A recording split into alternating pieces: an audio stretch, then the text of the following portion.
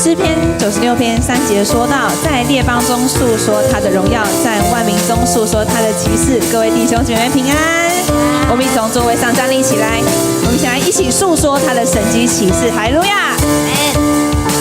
一起普天下，普天下向耶和华欢呼歌唱，有能力与华美在他的圣所。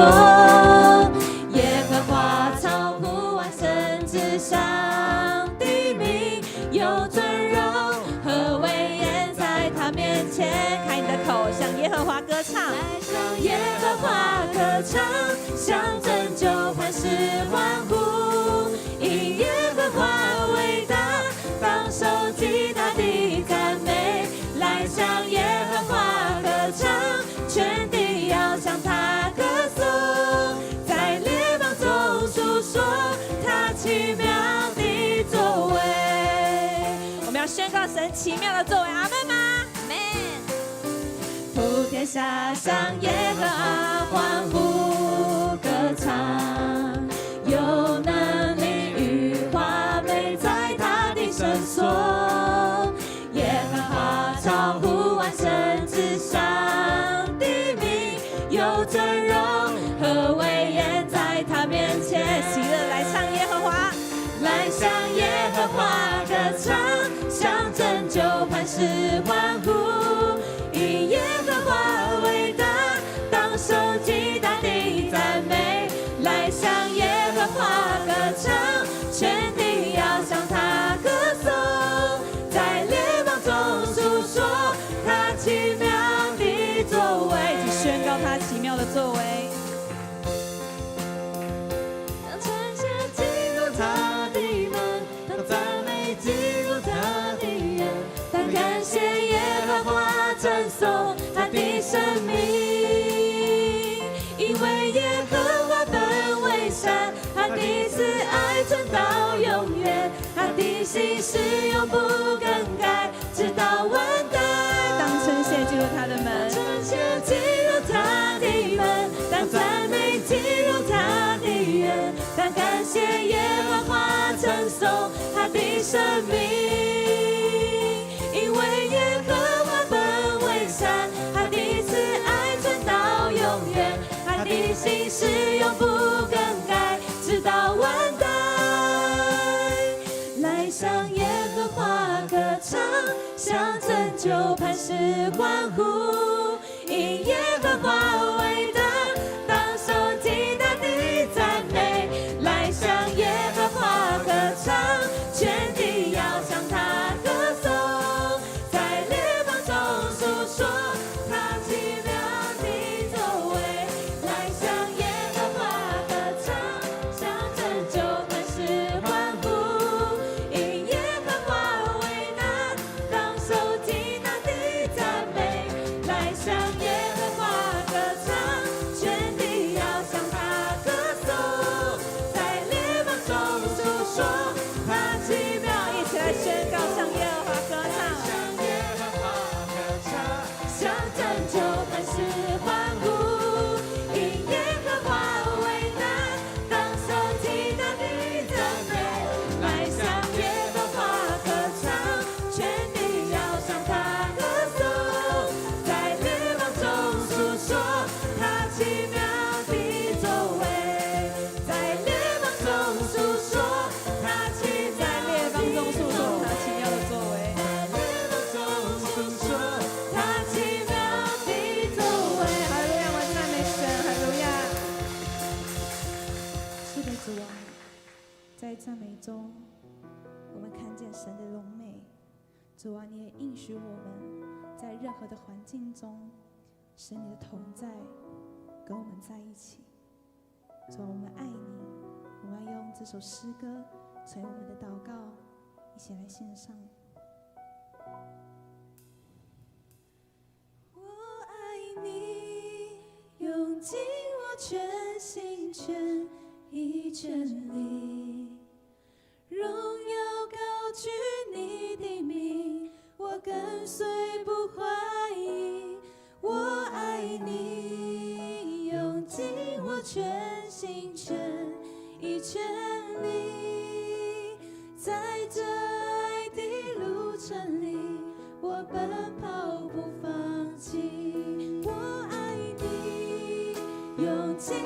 全心全意全力，荣耀高举你的名，我跟随不怀疑。我爱你，用尽我全心全意全力，在这爱的路程里，我奔跑不放弃。每个狂风暴雨里，你同在在哪里？每个难处的鼓励，你恩典在哪里？每个伤心失望里，你爱我爱到底，在你爱的光中，我的找哪里？主啊，你的同在在这里。每个狂风暴雨里，你同在在哪里？每个难处的鼓励，你恩典在哪里？每个伤心失望里，你爱我爱到底，在你爱的光中，我的找哪里？主，我们爱你，我爱你，用尽我全心全意全力，荣耀高举你的名，我跟随不怀疑。我爱你，用尽我全心全意全力，在这爱的路程里，我奔跑不放弃。主啊，你在每个低谷你都同在，思念手臂却不被困。主啊，你也听见我们的需要，你也听见我们的祷告，心里作难却不知是。主啊，你的圣灵要在这里与我们运行，至真至情的苦楚要成就，其中无比永远的荣耀。思念受敌却不被困住，心里作难却不知失望，至战至情比苦楚要成就，其中无比永远的荣耀。主啊，我们要信心的来跟随你，四面受敌却不被困住，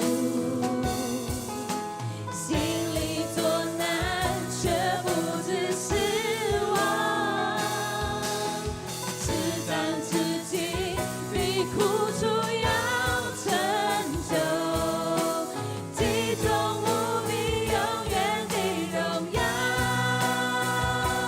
我爱你，用尽我全心全意全力，荣耀高举你的名，我跟随不怀疑。我爱你，用尽我全心全意全力，在这爱的路程里，我奔跑不放弃。我爱你，谢谢你爱我们，用尽我全心全意全力，荣耀高举你的名，我跟随不怀疑。我爱你，用尽我全心全意全力，在这爱的路程里，我奔跑不放弃。高举双手赞美你我主，全心全人都给你耶稣，一生一意活出荣耀的呼召，勇敢地向着标杆直跑。主啊，我要赞美你，高举双手赞美你我主，全心全人都给你耶稣，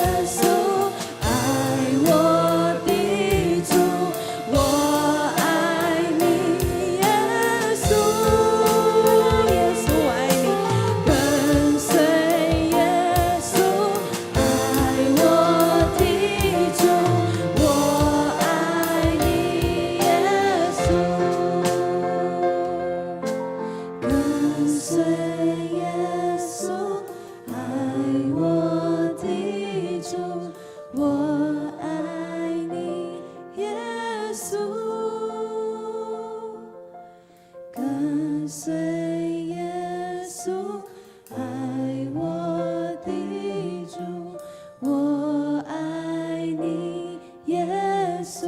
再一次细细的来唱，跟随耶稣，爱我的主，我爱你，耶稣。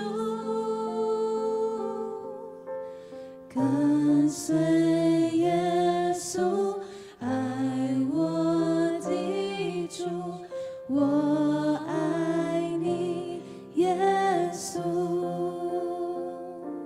将自己献上，当作活祭，做主圣洁贵重的器皿。你丰富恩惠必从主浇灌我，使我瓦器里充满莫大能力。是的，父神，我们来到你的施恩宝座前，用我们的心，用我们的心灵诚实来敬拜你。谢谢你爱我们，我们也爱你。谢谢你使我们的生命能够因着耶稣基督不再一样。你说，若有人在基督里，他就是新造的人，旧事已过，都要成为新的。今天我们要在耶稣基督里面再次成为新造的人，帮助我们把旧事都已过，在基督里一切都要成为新的。愿主你的灵，你的话语再次进入我们每一个孩子的生命当中，苏醒我们，使我们能够听见，得着福气，得着你的恩典。我们在你面前再次献上敬拜，献上感恩，都是奉靠救主耶稣基督的圣名，阿们。请坐。我们今天晚上有一位见证分享，好，是陈毅，他要在我们当中来分享。那么用热烈掌，是陈毅吗？好，热烈掌声来欢迎陈毅。好，因为他看别人，我想说不是他。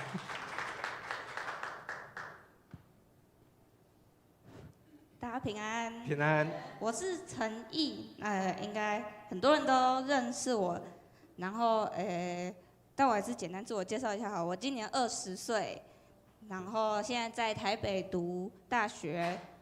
然后就是立柱长邀请我分享见证的时候呢，我有想了一下我要讲什么，因为其实今天呢是我第一次真的上台跟大家分享见证，就是我以前有写过见证，但是这是我第一次上台跟大家分享见证，所以我想了一下，我决定要来跟大家分享一个算是我生命一个很长的故事。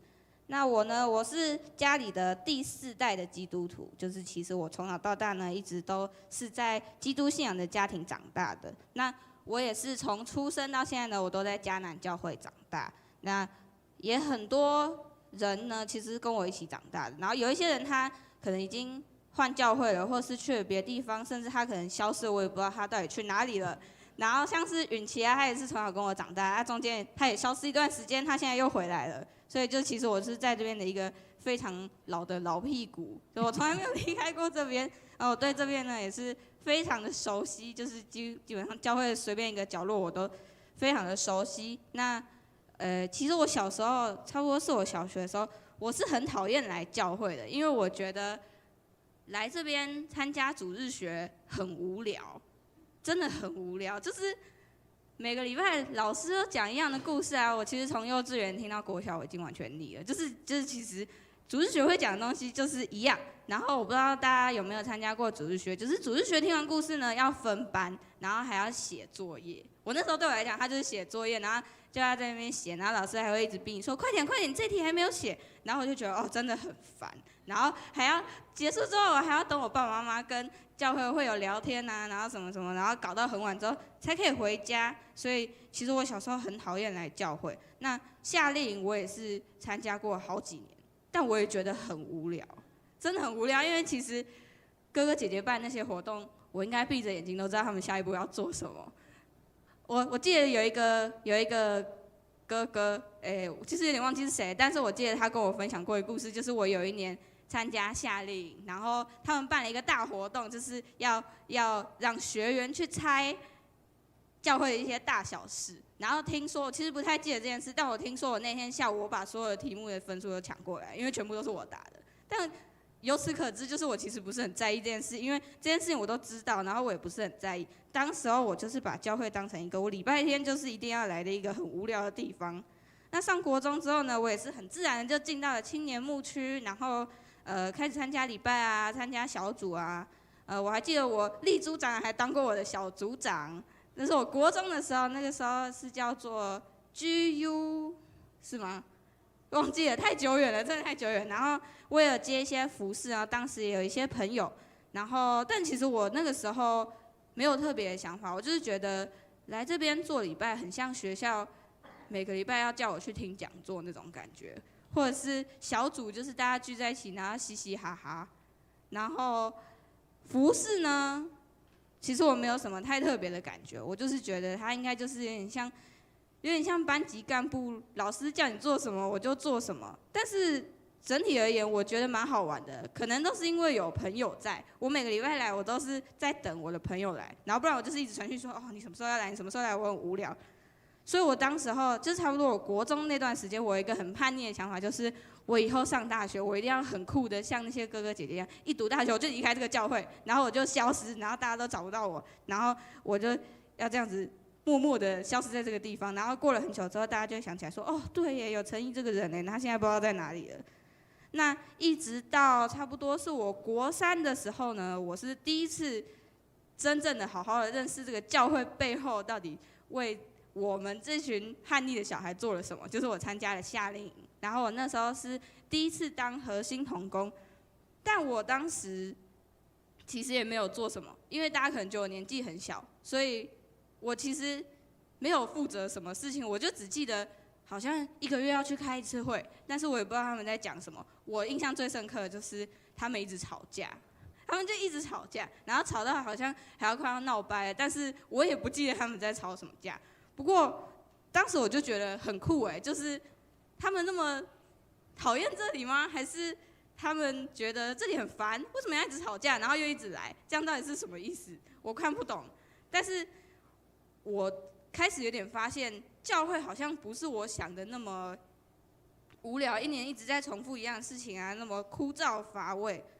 但就仅此而已，我其实也没有什么很大的领悟啊。但是我那个时候就开始有点想要慢慢去真正的认识这个信仰。我以前对教会的认识就是这里是很多人的地方，大家都对我很好。但是我开始发现，这个地方其实还有一个对我最好的，就是上帝。然后我就想要开始慢慢去认识他。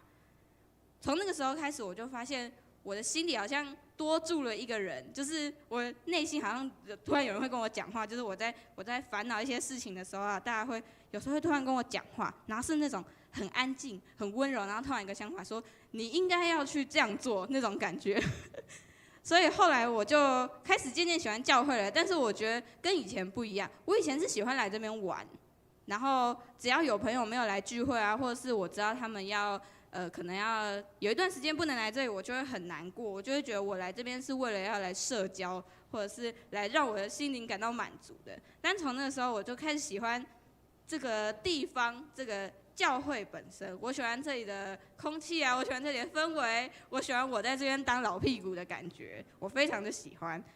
所以我就想要做一点改变。那我那时候升上了高中，所以我选择带我那个时候交的男朋友就是浩宇来教会。但其实我当初也不是很主动这其实是浩宇跟我说，你们那个教会到底在干嘛？你们为什么每周都要去那里啊？你在那里干嘛？然后我就说你来啊，你来你就知道了。但其实当初我会说你来你就知道，是因为我也讲不太出来，因为我真的就是每周去那边嘻嘻哈哈。然后我就想说那浩宇去那边应该也会嘻嘻哈哈吧。结果好像刚来的时候他也没有很开心，他就觉得大家太热情了，然后我就想说我是不是做错了什么事情？但是我一直很想要感受那种，就是我常听别人见证啊，就是会有那种轰轰烈烈的故事，就是什么我突然要回教会，或者是我突然觉得圣灵充满了我，然后我都没有那种感觉，我就觉得我是不是一定要有这种故事我才可以讲出来？因为我想要感受到上帝那种很深的爱。那我的选择就是继续待在这边，继续服侍，继续参加小组，然后继续跟大家维持良好的关系，然后想办法有没有机会可以跟神再亲近一点，再靠近一点。那我后来过了1、2年之后，我也是亲眼见证了浩宇的改变。就是其实他一开始来就是觉得很无聊，然后他中间有一段时间也不太想来，然后我也是觉得有点难过。但我后来看到他在这边有很大的改变，然后他也在这里遇到他生命中改变他信仰的人，虽然不是我，但是我觉得很感动。所以我后来真的没关系的浩宇。所以后来呢，我就发现一件事情，就是我原本以为基督徒要上来讲见证，一定要有一个很轰炸的故事，或是要那种浪子回头啊、轰轰烈烈那种，或是要这样讲一讲突然痛哭流涕之类的，要有那种戏剧性的转折。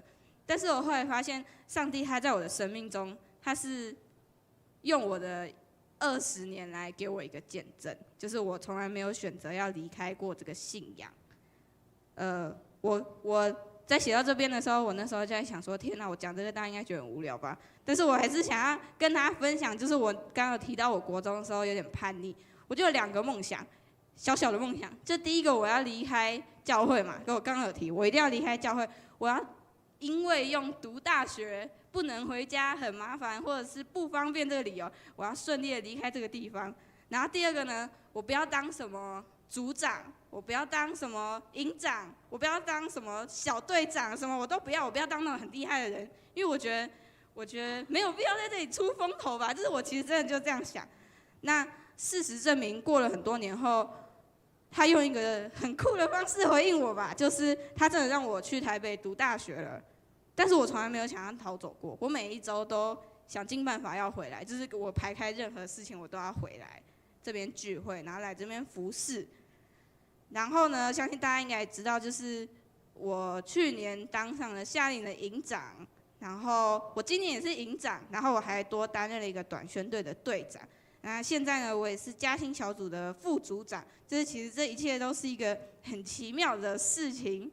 所以我觉得，以我的观点来讲的话，我觉得神他很调皮，我觉得他对我来说是一个超级调皮的神，因为他都假装没在听啊。我跟他许愿说我要去台北读书，我要很帅气的离开这里。我说我不要当什么小组长、队长什么，然后他就是一定要我当，他就是要我当，他就是要让我知道我适合，我就是要做这些事，因为他安排的就是这样。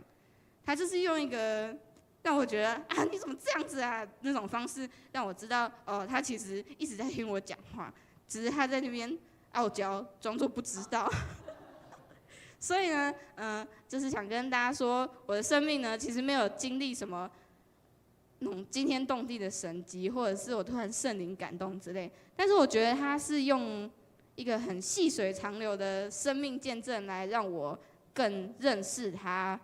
所以，当然现在我也是有时候还是会遇到一些挫折啊，或者是什么事情，或者是我还是可能有时候会很怀疑待在这边到底是要不要继续这样下去呢，或者是怎么样？但是我相信我可以确定的一件事情就是神一直看顾，就是我不管之后我是不是继续，我可能10年后又继续讲见证，又说我还是待在这里之类的。但是我相信，不管我去到哪里，神都会与我同在。然后我认为这个细水长流的生命见证人，他依旧在继续。那这就是我今天的一个小小的见证。那我想要跟大家分享一个经文，就是以弗所书的2章10节。我们原是神的工作，在基督耶稣里造成的，为要叫我们行善，就是神所预备叫我们行的。谢谢大家。好，我们拍手，谢谢陈毅。牧师很讶异啊，陈毅年纪轻轻就有一个老屁股哦。好，不过老屁股可以成为鸡屁股哦，基督徒的屁股啦，成为基督徒的屁股。基督徒的屁股用来做什么？就坐在神的家中。好，所以跟你旁边说，你的老屁股可以成为鸡屁股。就是要坐在神的家中。但是看到陈怡的这样的分享也让我们看到说有时候来教会你如果不知道说为什么要做这件事情，你可能会一直反复重复到一个觉得无聊或是厌烦但是当你知道之后呢，你就会发现，有一个动力，这个动力就是让我们要知道说要怎么样去把原来我只是像小孩子的时候呢，突然就是长大了，所以感谢主我们也听到陈毅的见证分享，我们再次拍手来恭喜他长大了。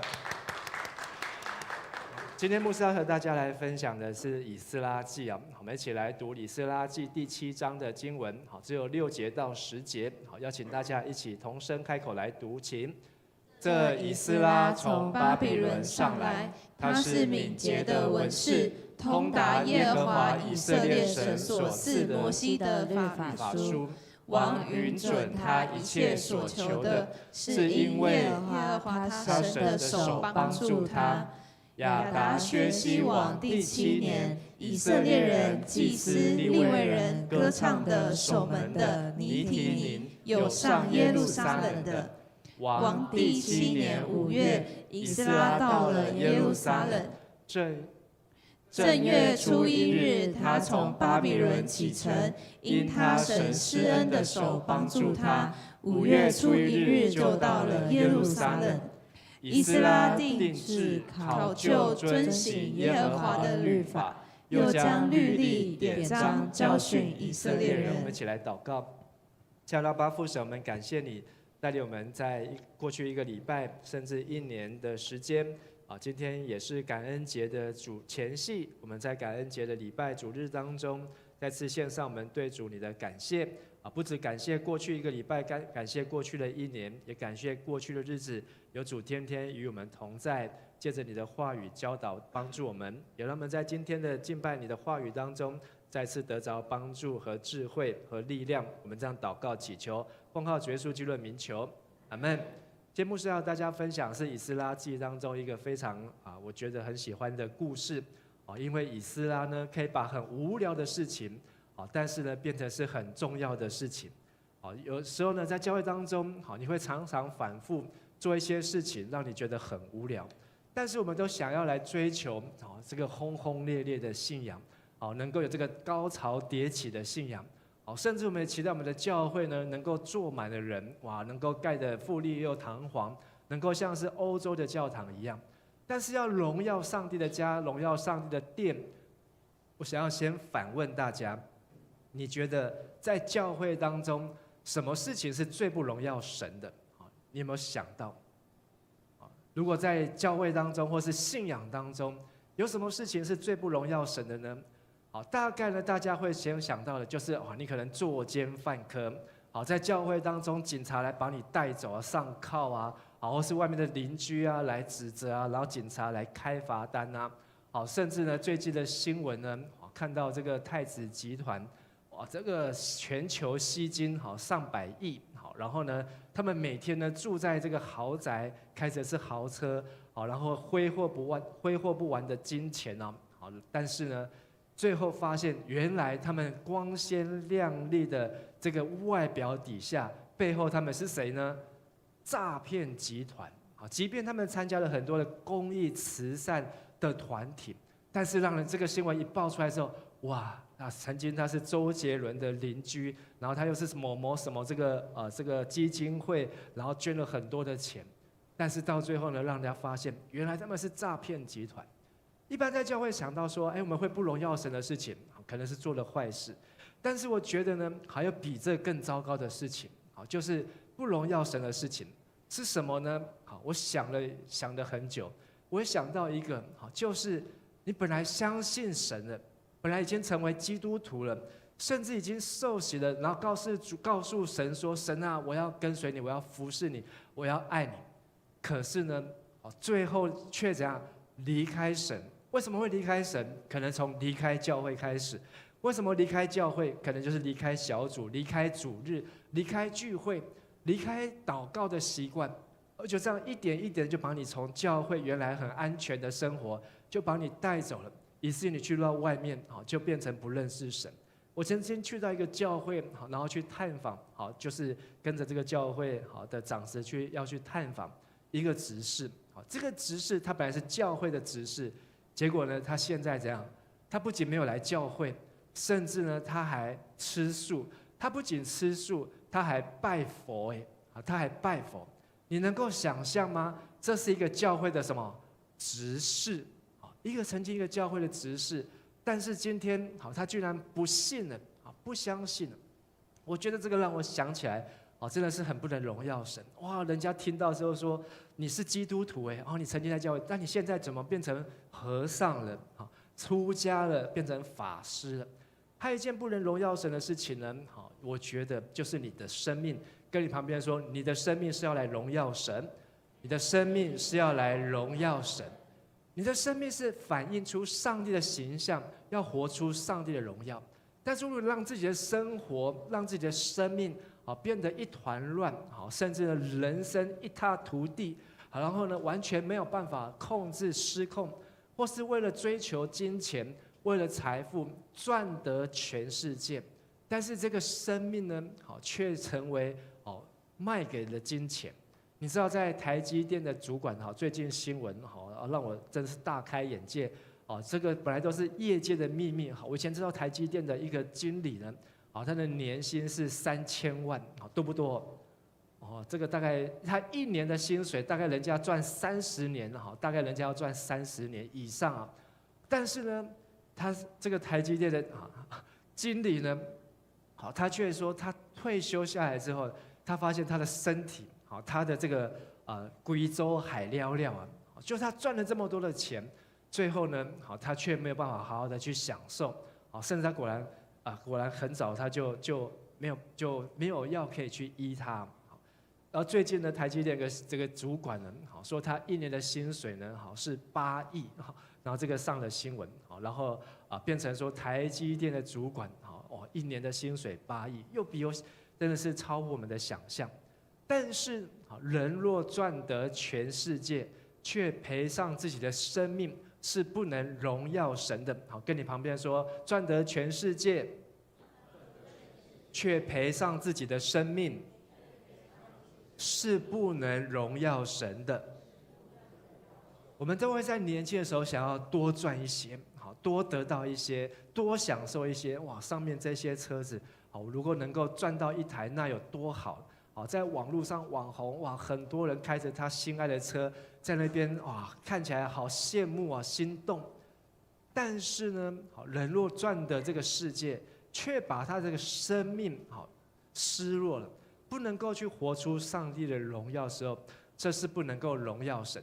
今天我要分享这个以斯拉，让我很佩服的，就是他能够把以色列人，他们过去拜偶像，他们过去然后拜其他的神明，甚至他们去了迦南地拜迦南的神，然后依靠其他国家的力量，不依靠神。但是以斯拉在他非常短的服事当中，他却改变这个国家，也改变这些的人民。他带来了一个宗教改革和复兴。我说的是宗教改革与复兴。以斯拉他是第2批被掳归回的名单。他们被掳到巴比伦之后，有3批的人被掳到那边去。经过70年之后，开始有陆陆续续也有3批人从那边回来。第1批算是最多了，可是他们勉强凑，只有5万个人愿意回来。为什么？因为他们住在巴比伦那个地方，就好像你去住在美国一样，那是全世界最强的国家，那是全世界装潢或是建筑最美的地方。他们去到了巴比伦，还想要回到那个耶路撒冷。他们想到说，哇，回去那个地方，根本现在住的这个巴比伦，谁要回去啊？但是呢，第1批有5万人，第2批呢是以斯拉，就只剩下了1-2千人，人数马上下降。所以可见了，大家这些犹太人，这些拜上帝的人，他们去到那个地方，但是却不想回来，因为呢，他们过去曾经是从埃及，然后呢，摩西把他们带离开埃及，现在他们在迦南地，他们又去拜了神明，上帝又把他们带去巴比伦，可是他们却不愿意回来。这就是以斯拉记前面1到6章在讲到第1批归回。第1批归回呢，就是所罗巴伯，而中间所罗巴伯盖了圣殿，这件事情呢，盖完之后呢，这个中间就有一个空白期，这个空白期就是不晓得他们的信仰也没有好好在圣殿敬拜，也没有好好的恢复他们的信仰，这个中间呢有多长的时间呢？58年，58年。你的人生好，如果有一个空白期，上帝创造你、设计你，把你按照他的形象造出来。可是你的人生当中，如果有一个空白期，特别如果你是像陈星一样，好，陈毅一样，从小好，陈星也是从小就在教会长大，甚至还是第4代、第5代的基督徒在教会当中。可是如果你的信仰有一个空白期，我们的人生能够空白多久呢？可是你看到以斯拉，他却是第2批回来当中，他带来的是灵命复兴，从第7章一直到最后的第10章。而且以斯拉在耶路撒冷的服事的时间有记载下来有多久呢？好，看到上面有个数字，多久？前面是23年所罗巴伯，好，因为他们盖圣殿几个月之后就停工，停了快20年之后，他们才又复工。然后呢，23年之后空窗期了58年。到以斯拉第2批回来，已经80年过去了。以斯拉用多久的时间来做宗教改革和复兴？好，有看到了1年，他只花1年的时间，能够带出什么样的宗教改革，什么样的复兴呢？这就是这一卷书最精彩的地方。而且我在这卷书当中呢，找到4个非常吸引我，就是以斯拉他所做的事情。以斯拉如何用短短的1年的时间，留下历史上不可磨灭的宗教复兴，甚至翻转这一群拜偶像，好，可以说拜了好几百年，从出埃及开始，好，他们就一直不断的拜偶像，但是呢，到如今，好，以斯拉之后，他们几乎没有到今天的犹太人，没有在拜偶像的，没有在拜偶像的，到底在怎么做到的呢？好，有4件事情。第1件事情是精通神的话，我们说一次。以斯拉记第7章第6节，我们刚才读过，我们再来读一次。以斯拉是一个饱学之士，精通上主以色列上帝颁给摩西的法律，因为上主以色列的上帝赐福给以斯拉，以斯拉要求皇帝的每一件事，皇帝都准他。以斯拉他带来不可能的任务，第1件事情就是他精通神的话。精通这个字的意思呢，就是在和本翻成通达，就是它很快，所以像 AI， 你问它问题有没有很快？AI 它就是精通各样子的网络上面的讯息，所以这个通达精通，就是他讲到圣经哪一卷书，啪，他很快他就有印象；讲到哪一个人物，他很快他就可以叫出这个人来。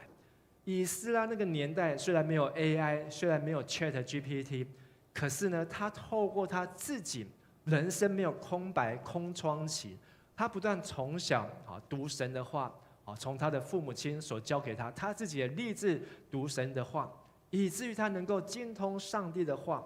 所以以斯拉他熟知圣经，知道每一卷圣经的重点。这里的圣经指的是指律法，就是摩西的法律，但是在今天来看，就是整本的圣经。他很能够透过圣经迅速做出判断，以至于上帝这个皇帝的每一件事情，他要拜托皇帝的每一件事情，皇帝都说 OK no problem， 皇帝都准他。在我们的教会呢，明年就是要来推一个迦南教会的这个州历手册。这个州历手册呢，就是要来帮助大家能够来精通神的话。我等一下再来介绍这个州历手册。什么样？你觉得要怎么样才能够精通神的话呢？像有的人精通日文，那他怎么样才能够精通日文？心里能够精通钢琴，要怎么样精通钢琴？每一天不断的练啊，闭眼睛都可以弹。大家可以精通什么？精通睡觉，因为闭着眼睛就可以睡觉。精通吃饭，闭着眼睛就可以吃饭。就是一件事情，你不断的做，重复的做。所以你要精通神的话，你就要怎样？不断的读神的话，就能够精通神的话。跟你旁边说，不断读神的话，就能精通神的话。在这边牧师有4个建议。第一个，圣经就是你要从头读到尾，第二个，你要有好的读经计划。很多人好，他读圣经从创世纪到出埃及记之后呢，就再也没有出来过了啊，就永远在埃及当中啊。所以你一定要从头读到尾。所以启示录谈何容易呢？好，不过明年2026年我们会读到启示录。如果你现在开始立志查考神的话，刚好在明年这个时候就要准备来读启示录，就可以花1个月的时间，从创世纪好好的来读启示录。好的读经计划帮助你好有次序的能够把整卷圣经读完。不好的读经计划就是你看心情，好，今天想读哪里就读哪里。所以我们现在读的每日新眼光，好，其实就是3年1轮，3年可以把整卷的圣经读完一次。好，所以你每天的分量不会太多。好，你每天可以消化吸收的经文呢，是在你可以工作、上班、上学的时间允许之内。如果你1年要读完，你大概用3倍以上的时间，好，就是你现在1天的进度。如果你现在每一天的进度都读不完，好，你怎么去在1年当中要花3倍的时间去读完整本的圣经呢？所以你要给自己一个机会，好，把圣经从头读到尾。跟你旁边说，把圣经从头读到尾。第3个建议就是你要抓住神的感动，你要精通神的话，你要知道这个圣经不是神话故事的神话，这个圣经是神所说的话的神话，这个圣经是上帝所要对你人生当中非常重要的提醒，所以你要去抓住神的感动。最后就是你要留下你的痕迹，留下你的读经记录。好，今天牧师忘记带我的圣经来，因为圣经都快要支离破碎了。但是我读圣经，好，读到1卷书，好，我在那1卷书新的开始就会记下，好，这是几年几月几号开始读的。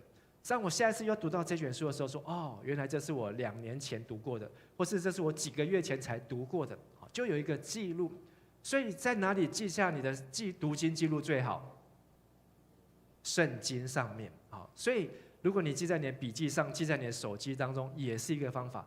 但是记在你的圣经上面，你的读经记录是最好的。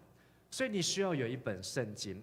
当以斯拉精通神的话，刚才我们读了圣经，以斯拉要求皇帝的每一件事情，皇帝都怎样？准他 OK。你有没有去拜托赖清？你有没有想要拜托赖清德什么事情？啊，你去拜托赖清德事情，好，赖清德他如果说 OK， 好，那表示怎样？你跟他的关系很好。以斯拉他得到波斯皇帝的准许，表示他不仅跟皇帝的关系很好，甚至他跟神的关系很好，以至于他精通神的话，上帝就赐福给以斯拉，让他一切都亨通。所以跟你旁边说，精通神的话，上帝就赐福给你；精通神的话，上帝就赐福给你。这就是我们明年的迦南教会的周历手册当中，或一个每日读经表。这已经是2026年，所以你可以看到，好，明年的11月的23号，不是22号，刚好就是明天吗？好，刚好是今天。好，明年的这个时候，11月20号就是读启示录，好，一直读到跨年12月31号。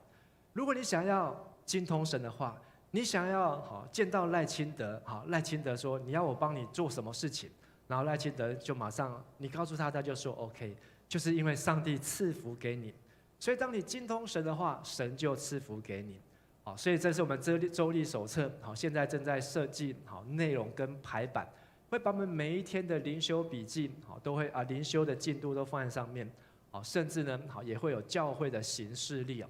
所以这4件事情，你要精通神的话，好，大家再来复习一次。第一个是要从头读到尾；第2，好的读经计划；第3，抓住神的感动；第4，留下读经记录，好，记在你的笔记本当中，更好是记在你的圣经当中。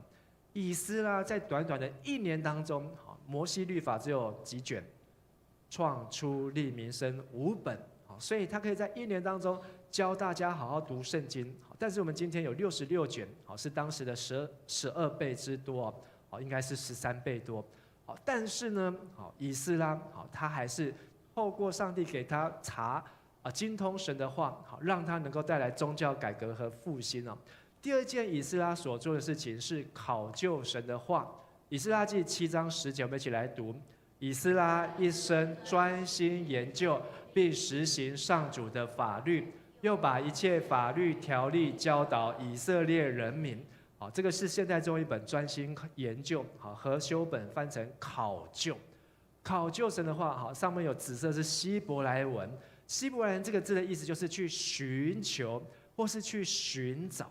所以考究或是专心研究，就是去找上帝的话。为什么要找上帝的话？就是读不懂的地方要去怎样找答案。你会找什么事情会找答案？好，那个以晨，你什么事情会去自己去找答案？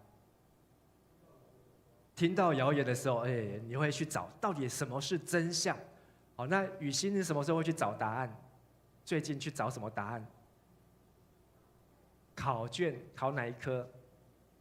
历史。好，历史不会的时候，好，你就会去找答案。不会找到之后呢，不会就怎样？就会了。数学要不要去？不会怎么办？也是要去考究数学，专心也就去找答案。把不会的好去搞懂，你就会了。所以考究神的话，就是把不会的变成会的。好，跟你旁边说，把不会的变成会的。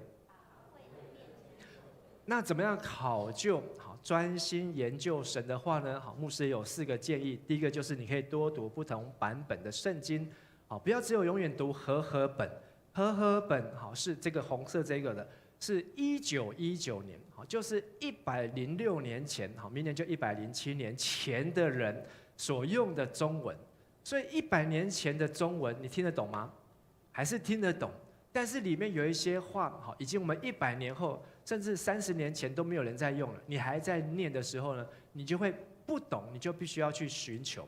第二个建议就是你要参考解经的书籍或影片。好，就是你可以读不懂，你可以听别人怎么说，或是看别人怎么说。过去我们那个年代都是要去借一些注释书啊、解经书啊。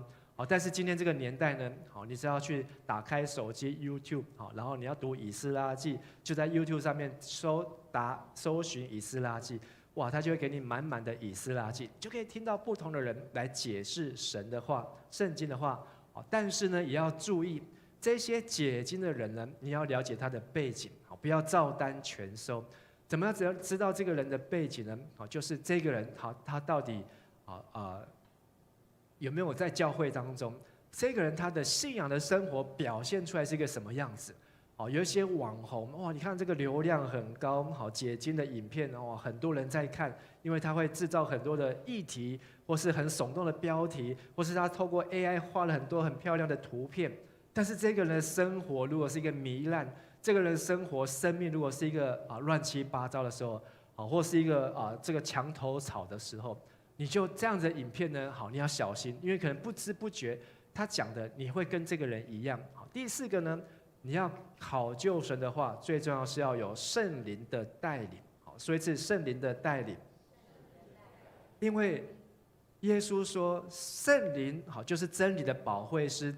他来了，就要带领你们进入明白一切的真理。所以以斯拉那个年代有没有网红的 YouTube 可以看？有没有什么圣经的注释书可以看？有没有什么参考书可以看？那他怎么办？他就是自己反复不断的读，不断的看。但是因为有圣灵的带领，让他能够精通神的话，还能够考究神的话，能够把圣经当中很多的疑难杂症问题呢，他透过圣灵的帮助找到了答案。所以跟你旁边说，圣灵就是你圣经最好的导师，圣灵就是你圣经最好的导师。第3，以斯拉他所做的事情就是实行神的话。同样1节后面说，以斯拉一生专心研究，并怎样实行上主的法律。实行这个字呢，好，它的意思很简单，就是 to do， 就是做 ，just do it， 就是去做吧。好，你不是只有坐在这边，好，老屁股，好，就是坐在这边都不动。好，你一定要站起来啊，好，你要变成铁屁股啊，好，你一定要起来，好，出去走啊，出去踩啊，出去骑车啊，好，让你起来要动起来，好，动起来。好，讲到这边，我也想到以前这个牧师告诉我的，屁股的台语怎么说？卡撑，中文怎么写？卡穿。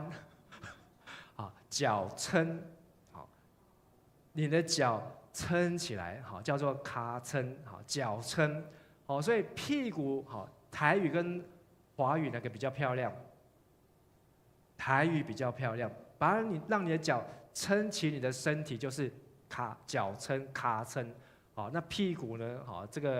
这个中文呢，我就不知道怎么解释啊。屁中间有个骨叫屁股，这个是题外话这样子。好，但是呢，我讲哪里去了？Just do it，就是你不要只有坐在那边，你要去做，你一定要起，坐在那边要变成起来，站起来去做。所以你要怎么样去实行神的话呢？好，牧师也跟大家分享。第一个就是你要让自己心中有什么土？好土，因为耶稣的撒种的比喻说，4种土，4种的地方，只有最后那个上帝的话，能够发芽结实，30倍、60倍、100倍的，就是撒在那个好土里面的。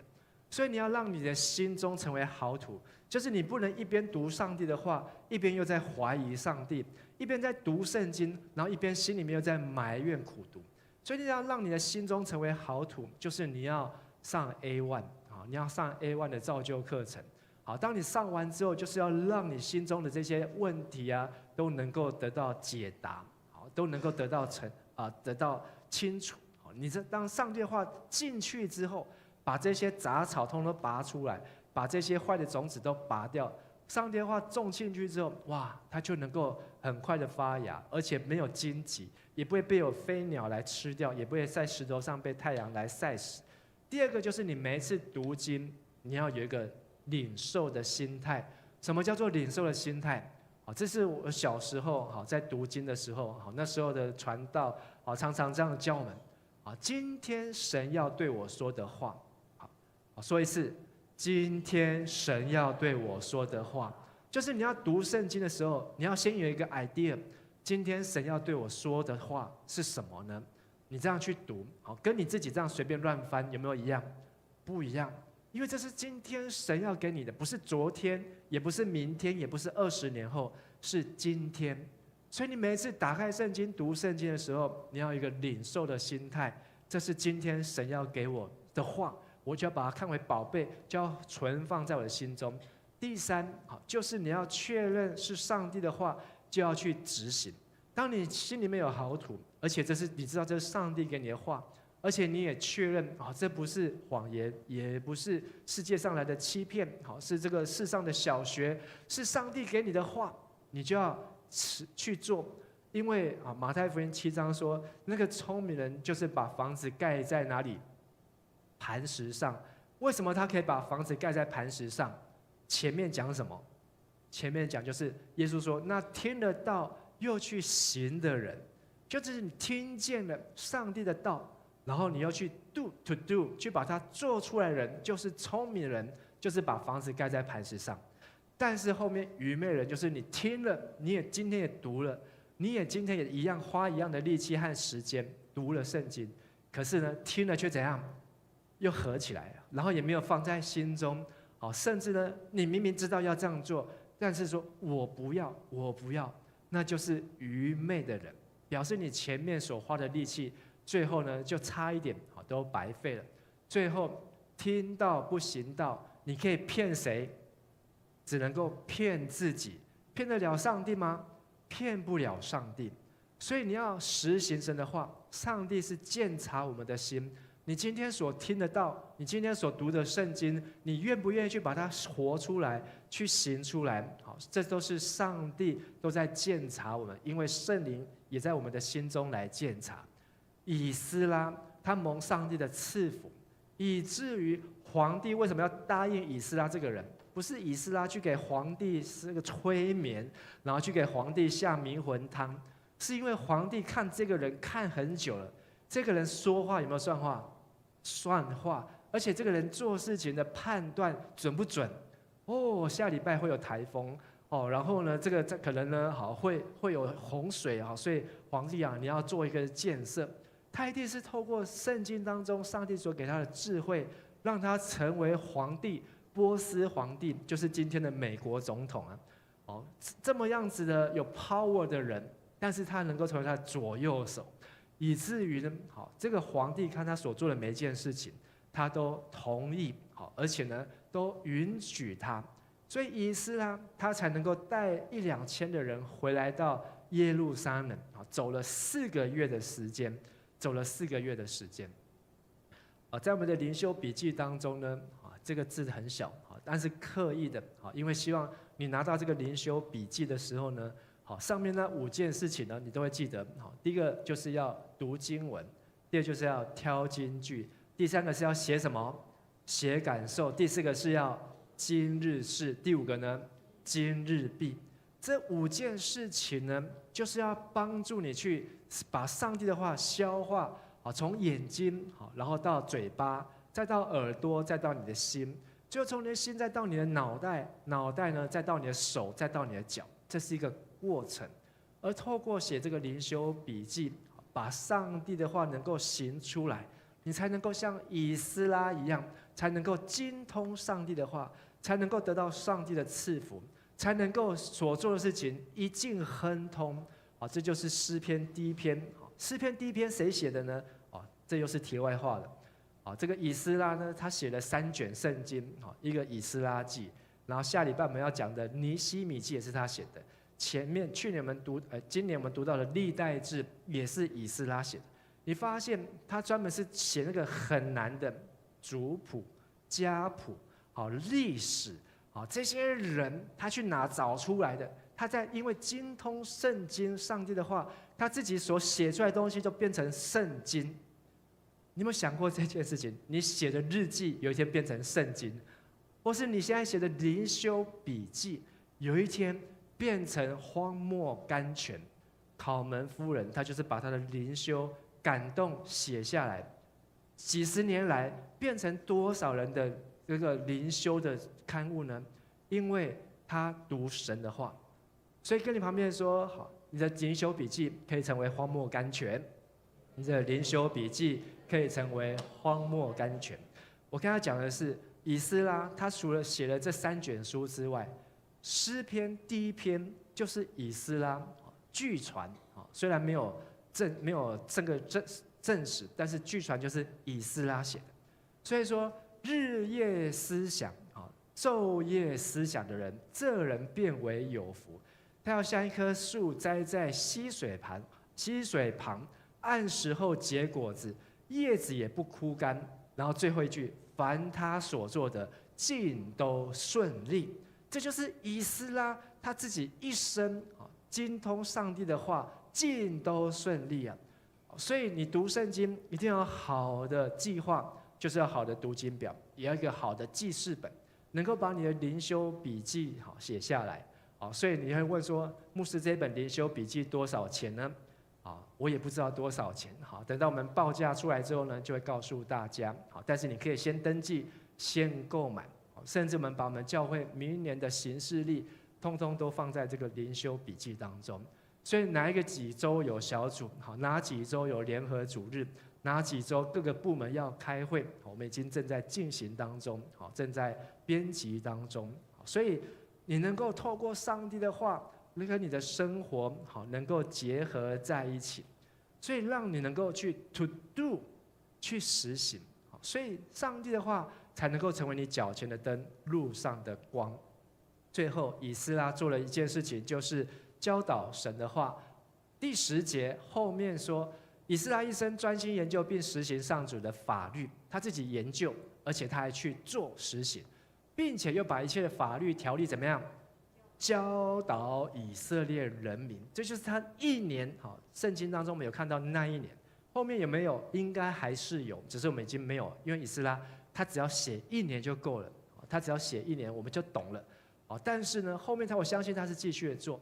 可是呢，这个11节说，那时候的皇帝是这个以斯帖皇后抚养的义子亚达薛西，把以下的诏书就给了以斯拉。以斯拉他不仅是祭司，我们才发现说他不是一个圣经学者，他是祭司的后代。在以斯拉自己的族谱当中，你可以算得出来他是亚当的第几代。我的圣经没带来，我记得是30几代。从亚当算下来30几代，他又是一个经学专家，所以他是一个祭司，他又是一个圣经的学者，他精通上主赐给以色列人民的诫命和法律，所以他懂这么多。他要是该做的事情是什么？不是只有他自己懂，别人都不懂。哦，你们来拜托我，你们来求我，或是你们来付学费，没有。以斯拉是主动的，大家都不想读圣经，他要想办法让大家读圣经。大家都没有圣经，那时候也没有印刷术，也没有赖可以传来传去。他要想办法，用什么样的方法让大家都可以听见上帝的话呢？他就要把大家找出来、叫出来，然后读神的话。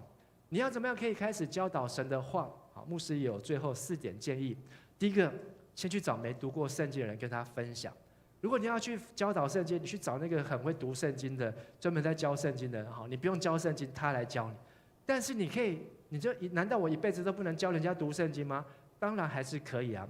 你有没有读过圣经？没有，我来教你读好不好？好，你就开始在教人家读圣经了，简不简单？简单呐。所以你要教人读圣经，第一个先怎样？先问人家你有没有读过圣经？好，没有读过的时候，我可不可以教你读圣经？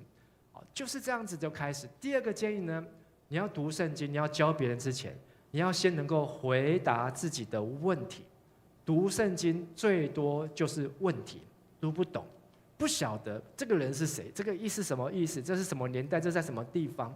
所以你自己的问题，你要先想办法去克服，先解答。你能够找到答案，你才能够去教人家读圣经。如果你都没有去找答案，你要教人家读圣经，请问这什么意思？我也不知道。但是我也可以教你一个方法。你这个问题问得很好，我回去找一下，我们下礼拜呢，再来继续研究。这样子也是可以过关的。你在当小组长的时候，你的组员问的问题回答不出来的时候，你第一句要先说什么？要先说你的问题问得很好啊，然后说我们回去一起研究，下礼拜我们再一起来找答案。你不要说这个我也不会，这样就落掉了。你要先说你这个问题问得很棒。第三个就是你要教导神的话，你可以多听、多看、多比较、多分析。为什么这个人在教导圣经，别人我都听得懂，但是这个人在讲的时候我都听不懂？或是你到不同的程度的时候，因为当你读圣经，这也是我自己的感受。当我比较年轻在读圣经的时候，这些同样这个学者在讲的时候，我都听不懂，他在讲的我都可以睡着了。可是呢，但是当我开始有一些基础之后，再回来又听到同样人在讲同样的圣经的时候，发现哇，他这个人真的讲得太好了。我不晓得你有没有这样的感受或感觉？表示说你的圣经的底子或是基础越来越丰富了，所以你可以去 match， 你可以去听懂这一些你原来听不懂的。最后就是让神的话成为你人生生活当中的日常。你要教导神的话，就是要成为日常。圣经不是拿来放在教会礼拜堂当中，然后只有在教会才能讲圣经，而是在日常生活当中，你就能够用圣经的话去教导别人。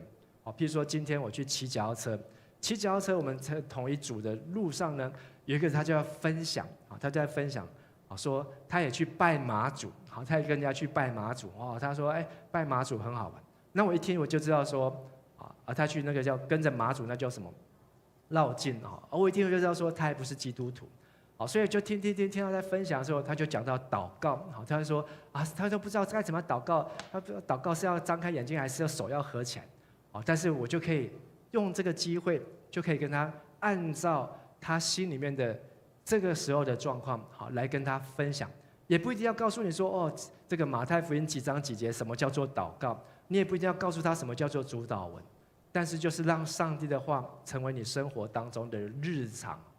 以斯拉因为他精通神的话，所以上帝赐福给他，而他所做的事情就是考究神的话，遵行神的话，教导神的话，以至于他在这些事情上面的努力，让他成为一个有福气的人。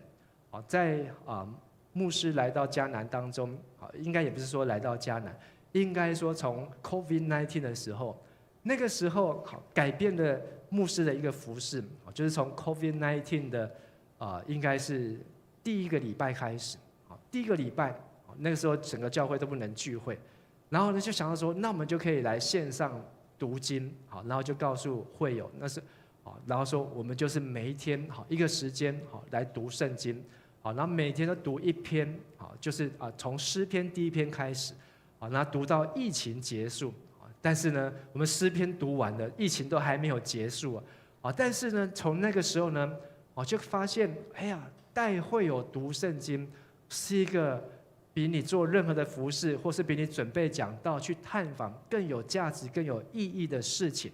所以从那时候做，就一路到现在2020，一直到现在，我觉得这是一件很棒的事情。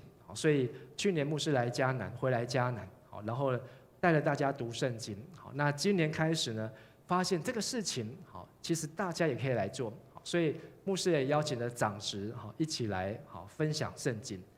本来还会有点担心说，我们的长执他们没有读过神学院，他们也没有像我读这么多的圣经，到底他们讲出来的东西是有卫生啊，没卫生台语是说，到底有没有养分呢？有没有营养呢？结果我发现，我每天早上起床比我自己听我自己的还要期待，就是听这些同工长执他们在分享的圣经，比我期待听我自己的还要期待，因为从他们的口中，从他们的分享当中，让我很想要去听他们今天在分享什么。那这段的圣经对他们得到什么？所以我发现，哎呀，太好了，这件事情我又找到一个出口了。所以呢，明年牧师的担子呢，就可以减轻了。不过我已经设计好了，下一期呢就是统统用台语的，全部用台语的，所以呢，这个是自由报名的，不用勉强。你想要挑战台语的呢，就是我们明年生命记，用台语来录，用台语来录。但是呢，这个以斯拉，台语跟以斯拉有什么关系？有关系。你知道以斯拉的母语是什么？要不要猜猜看？希伯来文，没错。但是以斯拉那时候巴比伦讲什么话？讲亚兰文，他们的通用语言是亚兰文，他们根本在巴比伦住久了，希伯来文都不太会讲了。所以你看这个以斯拉记，它并不是用全部用希伯来文写的。所以以斯拉，他面对很多的难题啊，大家也不会讲母语，像今天来讲，你不会讲台湾话，以斯拉大家也不想要读圣经，你知道他的这个担子有多重吗？可是因为他自己好好的读圣经，以至于他在历史上让不可能的变成可能。所以牧师的结论就是，大家说一次，人对了，事就成了。再一次，人对了，事就成了。我们的一生要有多少的事情，数不清的事情。你每一天要做多少个决定，决定不完的决定。包括我现在在问你这句话，你要回答不回答都在决定。你等一下走出门的时候，你要左脚先还是右脚先？这个要不要决定？有人不需要决定。但是你等一下要先去哪里？一天要做很多事情。可是只有当上帝的话住在你的心中，你才能够成为对的人。当你成为一个对的人，你就会像这个地球自转，然后公转一样，它就是永无止境，它就是会一直这样转下去，因为一切都上了轨道。以斯拉的年代，其实还有先知，在他的前面呢，最后的倒数3个先知，就在以斯拉的前后。前面呢有2个是红色的字，一个是什么哈该，然后下面那个是什么撒加利亚，在以斯拉的前面。而在以斯拉的后面还有一个先知叫什么马拉基，然后马拉基之后，上帝就没有先知了，400年都没有先知，没有先知他们怎么活啊？他们有先知，他们才知道上帝怎么说，上帝说了什么。但是上帝透过以斯拉带来的宗教改革和复兴，让大家回到圣经，回到上帝的话，让他们自己读经，自己去问上帝，自己去跟上帝要答案。需不需要有先知？不需要有先知。他们这样也是照过了400年的时间，400年的时间。所以当你一个人对了，有神的话，所有的事情上帝就会成就。以斯拉精通神的话，英文翻成他有一个 skill，就是他一个技巧，他知道怎么样去读圣经。第二个，他考究神的话，英文是 seek， 他会去寻找，自己去找答案。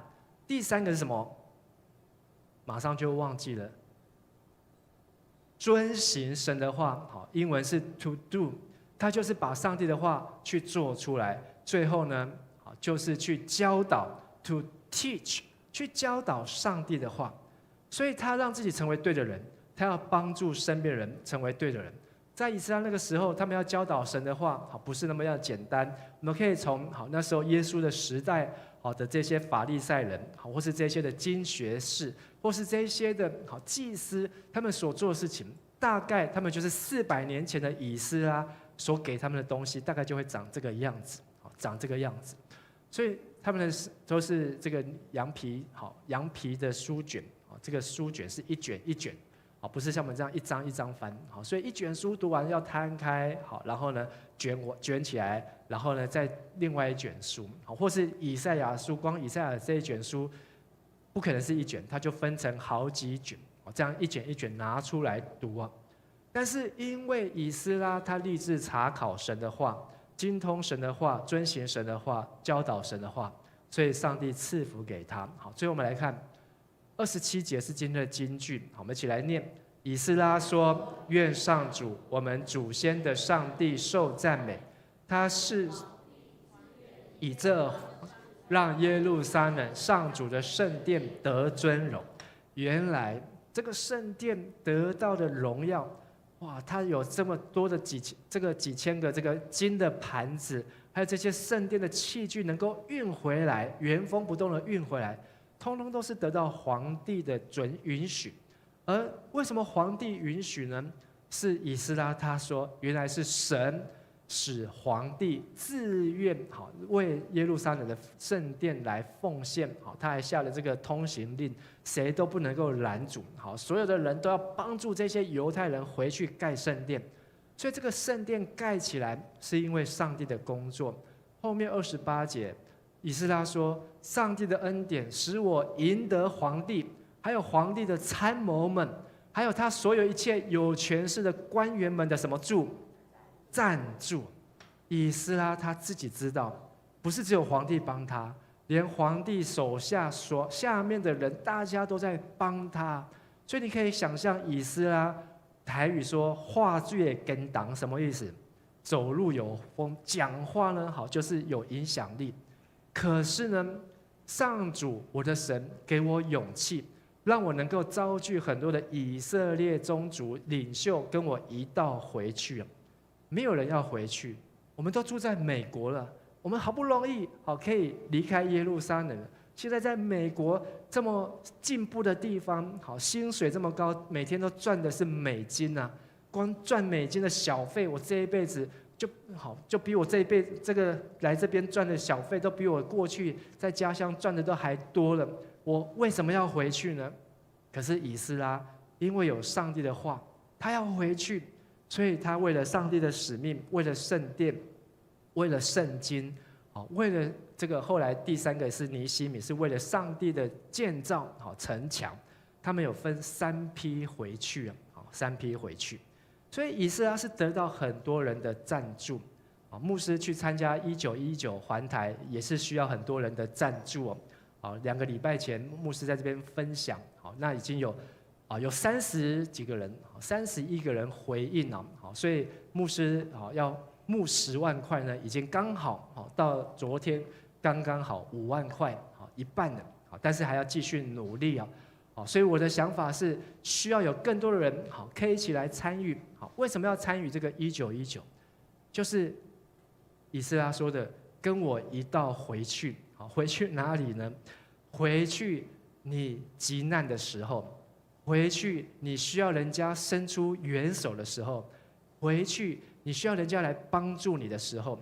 我发现听到很多人的故事，就是他也回想到他过去真的是两手空空，什么都没有出来打拼，到今天哇，这个房子数不清。但是呢，有时候我们是回不去，但是当你看到这些急难家庭，就想到过去的自己的时候呢，你就会想到说，哎呀，虽然我现在没有急难，我虽然现在没有缺乏，但是我能够拿出一点点的帮助。可能我们在座有的是学生，你也可能拿不出1000块来，因为牧师希望能够找到100个人，每个人都能够赞助急难家庭1000块，就能够帮助全台湾每一年将近快要2万个急难家庭。但是牧师知道有的是学生拿不出来，你也可以几个人凑一凑啊，我凑100块，我凑200块，我们几个人来凑1000块，可以来赞助。这是今天去拍的，今天我们骑到80公里，是为了下个月在1个月就要准备要出发，因为今天是21号，所以下个月的这个时候呢，牧师就要骑15天，但骑15天这个都是过程，重点不是骑车，重点是要去募款。而我今天听到一个很吓人的数字，我们这38位当中有一个女孩子，我不知道她几岁，我只能说她是女孩子。她说她募了多少钱呢？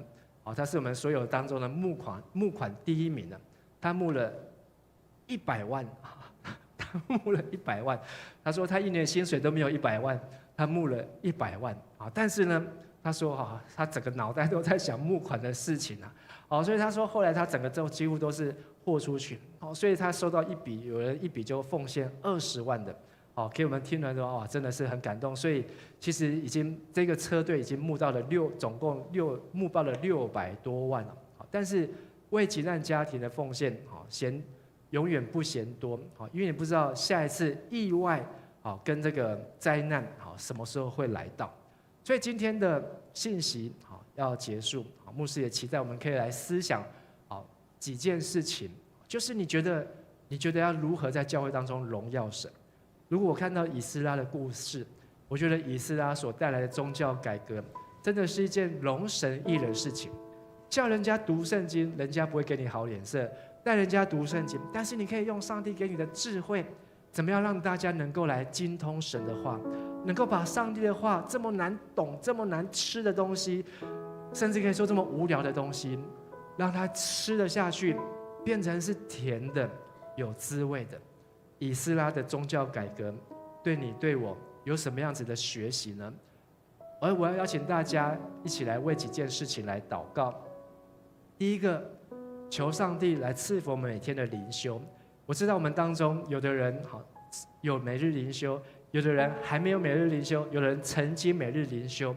因为这个世界就是这样，你不用觉得这是你自己的问题，这个世界就是这样，一直想要把你从上帝的话当中怎样拉出来，让你可以脱离上帝的轨道，让你可以人生掉到另外一个轨道当中，让你可以去赚得全世界的轨道，但是你却失去了上帝的形象，把上帝给你荣耀的生命，最后变成是跟这世界一样，化为乌有，化为灰烬。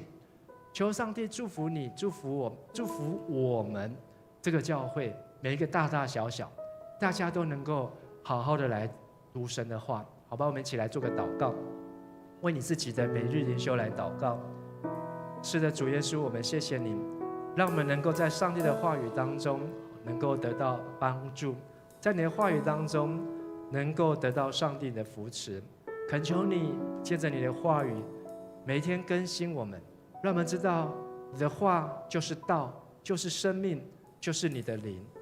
你的话要进入在我们每个孩子的生命当中，让我们能够一生到老都不偏离。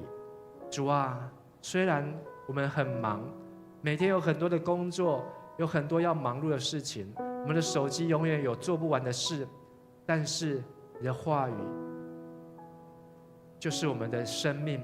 你用你的话创造这个世界，你也用你的话来坚定这个世界。人若没有你的话语，就不能够活出上帝的心意，就不能够活出上帝的形象。求主帮助我们，让我们每一天都能够读你的话语。我们这样子祷告祈求，都是奉靠耶稣基督的名，阿们。请大家起立，高举双手，高举双手，赞美你我主，全心全人都给你，全心全人都给生意义，一生意义，活出荣耀的呼召，勇敢地向着标杆直跑。更大声的说，高举双手，高举双手，赞美你我主，全心全人都给你耶稣。一生意义，活出荣耀的呼召，勇敢地向着标杆直跑。高举双手，高举双手，赞美你我主，全心全人都给你耶稣。一生意义，活出荣耀的呼召，勇敢地向着标杆直跑。跟随耶稣，跟随耶稣，爱我的主，我爱你，耶稣。跟随耶稣，跟随耶稣，爱我的主，我爱你，耶稣。闭上我们的眼睛，说跟随耶稣，跟随耶稣，爱用你的心，用你的灵。耶稣要帮助你，帮助我，让我们进入他的话语当中。耶稣，跟随耶稣，爱我的主，我爱你，耶稣。高举双手，高举双手，赞美你我主，全心全人都给你耶稣。一生的意义，一生意义，活出荣耀的呼召，勇敢地向着标杆直跑。高举双手，高举双手，赞美你我主，全心全人都给你耶稣。一生意义，活出荣耀的呼召，勇敢地向着标杆直跑。高举双手，高举双手，赞美你我主，全心全人都给你耶稣。一生意义，活出荣耀的呼召，勇敢地向着标杆直跑。跟随耶稣，爱我的主，我爱你，耶稣。跟随耶稣，爱我的主，我爱你，耶稣。跟随耶稣，爱我的主，我爱你，耶稣。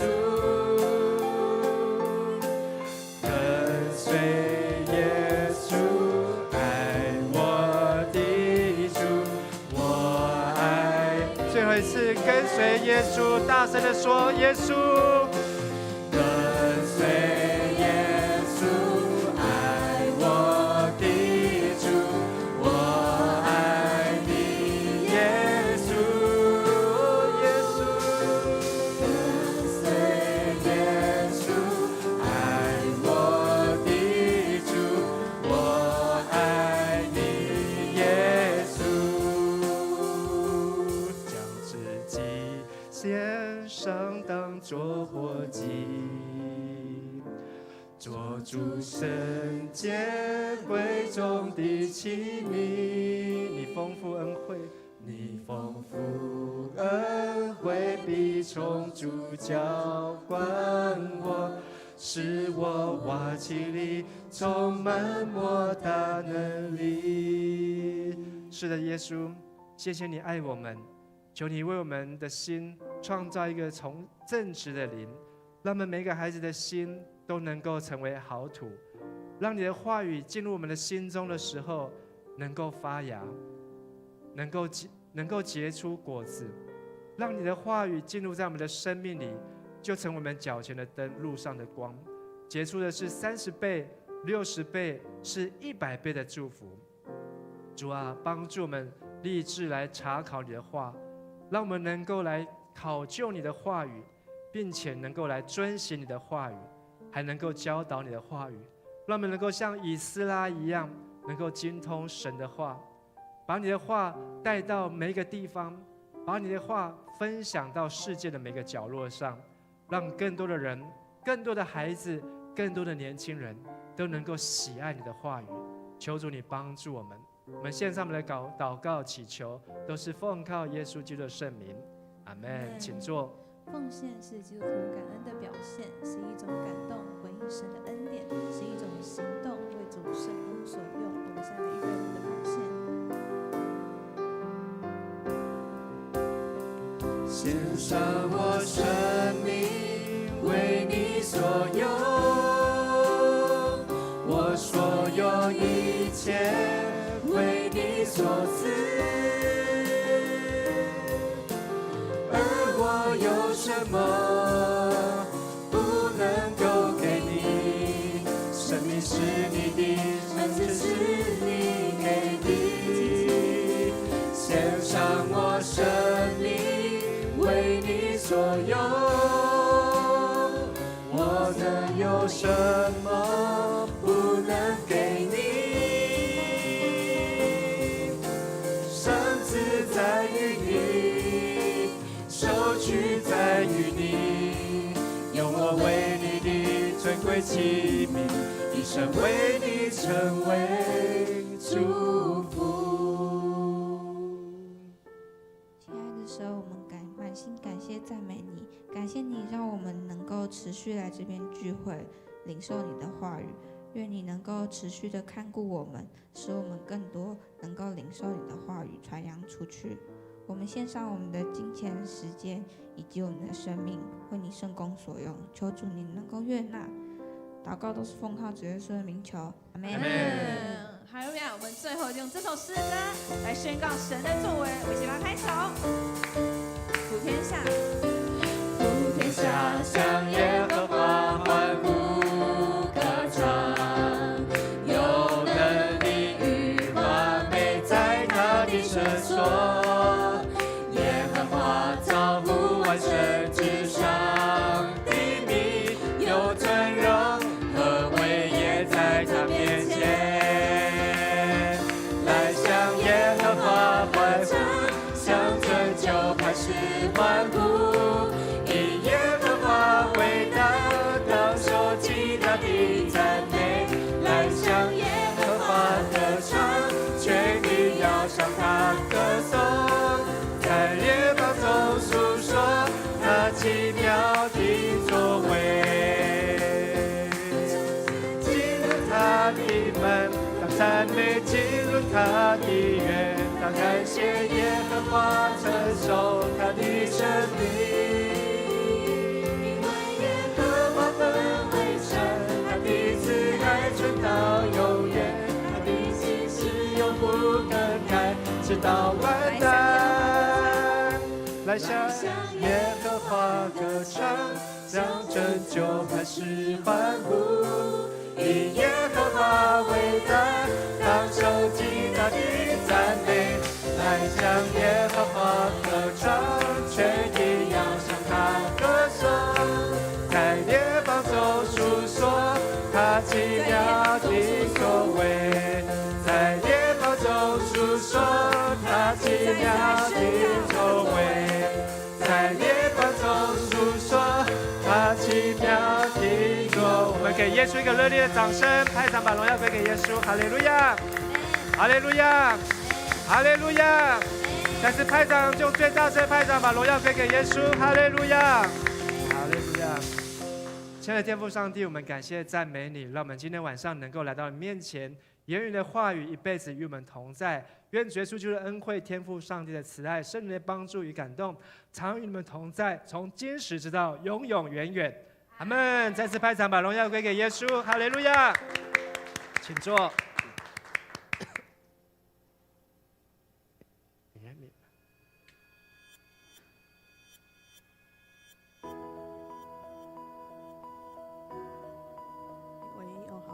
大家平安。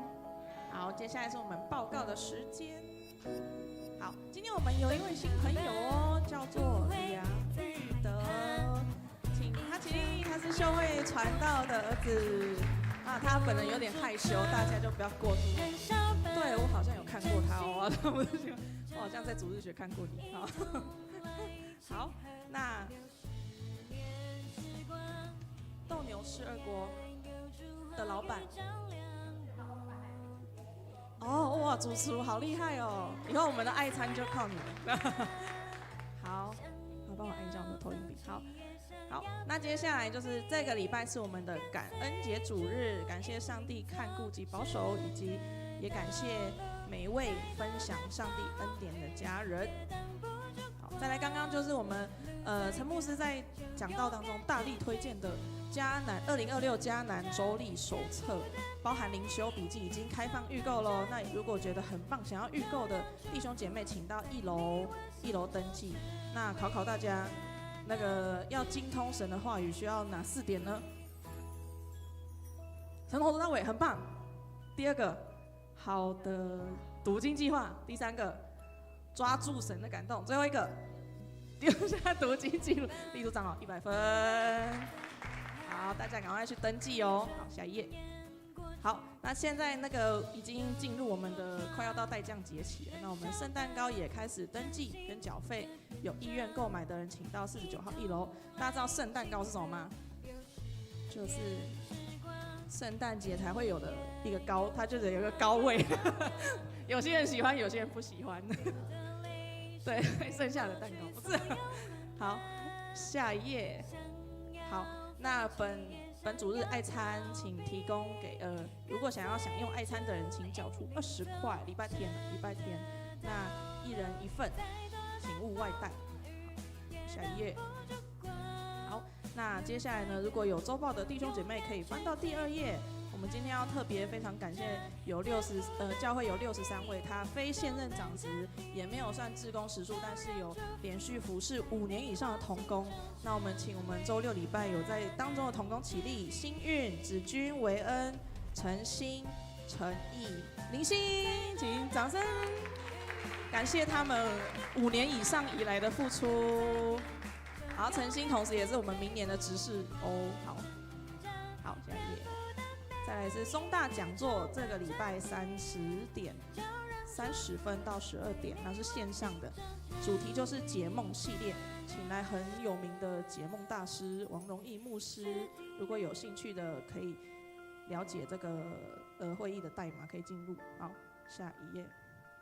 好，我们众所期盼的12月20号的圣诞晚会即将要来了，耶，好开心哦！大家感觉有点累的感觉哈。好，如果有兴趣报名表演的话呢，请找陈欣。剩下好像陈欣在吗？哦，4个节目，剩下4个节目。其实不难哈，只要大概5分钟以内就可以。好，尽快报名。哦，其实你讲个笑话也是可以哈。表演解魔术方块。好。接下来的时间，我们要颁发 A2 长大成熟结业证书。我们请敏媛、婕妤、陈欣、怡芳、子君还有恩典到台上来，我们请牧师颁发。还有丽珠长老。那个音乐可以再帮我点一下。好，我们请我们这个 A2 长大成熟啊，好，我们在今年已经开了2轮。好，那我们也总共有周报上面应该有好像60几位已经完成哦。好，那我们今天在青年礼拜当中有在座的有几位哦。好，那牧师来利用这个机会呢，好，就是要来鼓鼓励台上的弟兄姐妹，好，立珠长老、恩典准执事、子君、宜芳准执事、好，诚心准执事、婕妤执事、好，米元执事，好，那我们要来给他们拍照，拍照还要拍手。那怎么样可以拿到这一张这么精美的结业证书呢？就是报名下一期的 A1 跟 A2 这样子。好，拍完了吗？哦，还没。讲话应该不会拍进去，没关系。好，我们再次拍手来恭喜他们。好，所以我们明年呢还会继续一样会开课。好，请大家能够把握时间，把握机会来报名。谢谢。好，跟你旁边的说，想要长大就要受装备。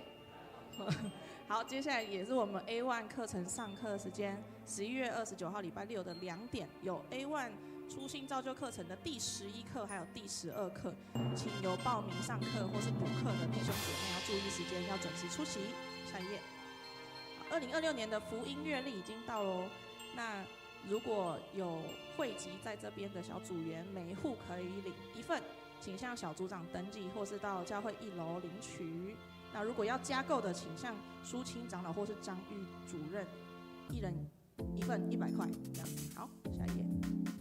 好，接下来我们又有东西要颁发了。我们有一个见证的小奖品颁发，礼拜3祷告会，温浩宇、蔡信如，信如今天不在。好，徐维恩。周6礼拜陈毅，请到台上来，我们请陈牧师颁发小奖品。